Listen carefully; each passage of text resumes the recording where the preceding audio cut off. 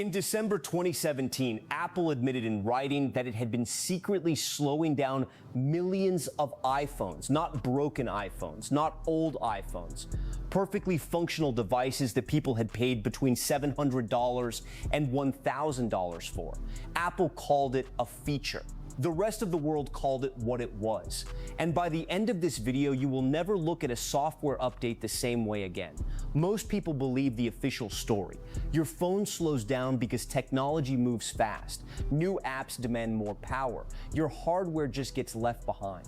It is a natural process, like a car aging.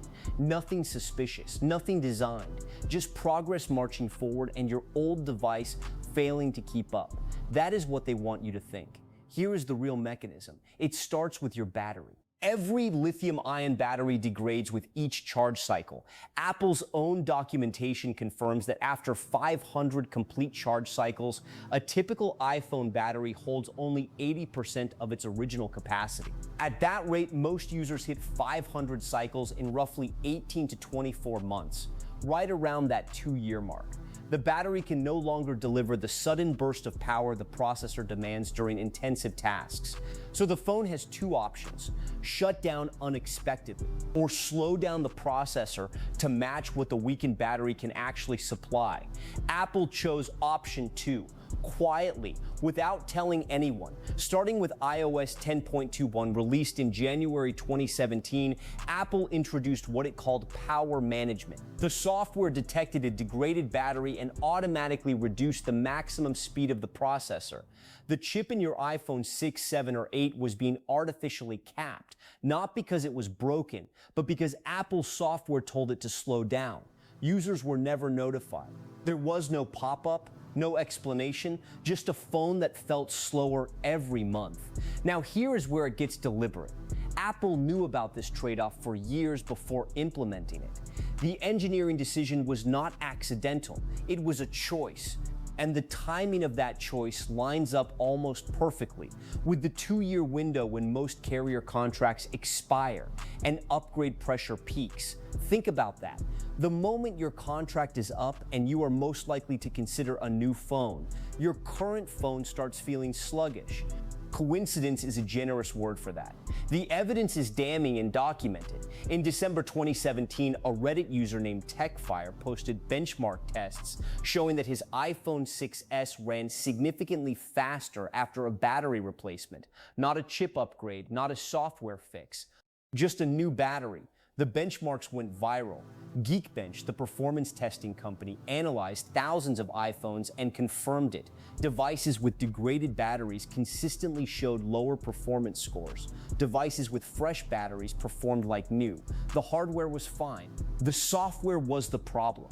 The French government opened a criminal investigation. The US Department of Justice and the SEC launched inquiries. In 2020, Apple settled a class action lawsuit for $500 million. That is $500 million paid out to iPhone users who were throttled without consent. Eligible users received checks for $25 each. $25 for a practice that affected hundreds of millions of devices worldwide. Apple admitted no wrongdoing as part of the settlement, and Apple is not alone.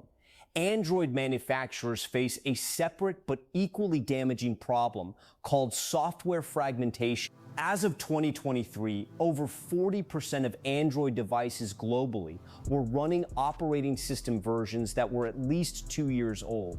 Manufacturers like Samsung, LG, and Motorola routinely pushed updates designed for their latest flagship hardware onto older mid-range phones. An update built for a phone with 8 gigabytes of RAM installed on a phone with 3 gigabytes of RAM does not enhance performance, it crushes it. Google's own data shows that each major Android update increases background memory consumption by an average of 15 to 20%. On older hardware, that is the difference between a smooth experience and a phone that stutters opening a text message. What does this cost you? The average American replaces their smartphone every 2.5 years. The average replacement cost is between $700 and $1,100. If your phone lasted just one additional year because manufacturers stopped throttling performance or bloating software, that is roughly $280 to $440 you would save per upgrade cycle. Multiply that across 270 million smartphone users in the United States. That is over $100 billion in accelerated purchases every decade. Driven not by genuine obsolescence, driven by software decisions made in corporate boardrooms. Here is what you can actually do about it. First, check your battery health right now. On iPhone, go to Settings, Battery Health. If you are below 80%, a battery replacement costs $89 through Apple. That single fix can restore your phone to near original speed without buying a new device. On Android, download an app called AccuBattery. It gives you a real-time measurement of your battery's remaining capacity that your phone's default settings will never show you. Second, stop installing every update the moment it drops. Wait 2 to 4 weeks. Read the release notes. If an update is flagged by users on older hardware as causing slowdowns, skip it or delay it as long as your security settings allow. Third, manage your storage ruthlessly. Keep at least 15% of your storage free at all times. When storage fills up, your phone's read and write speeds drop by up to 50%. That is not a metaphor. That is a measurable performance collapse you can prevent for free. Now, here is the most infuriating specific detail.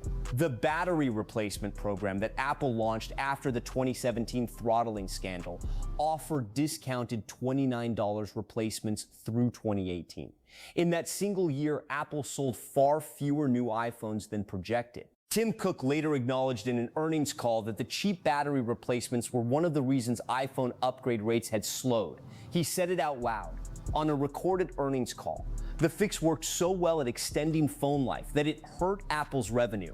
That is not a conspiracy theory. That is a publicly traded company's CEO telling investors that keeping your old phone running was bad for business. They know exactly what they are doing.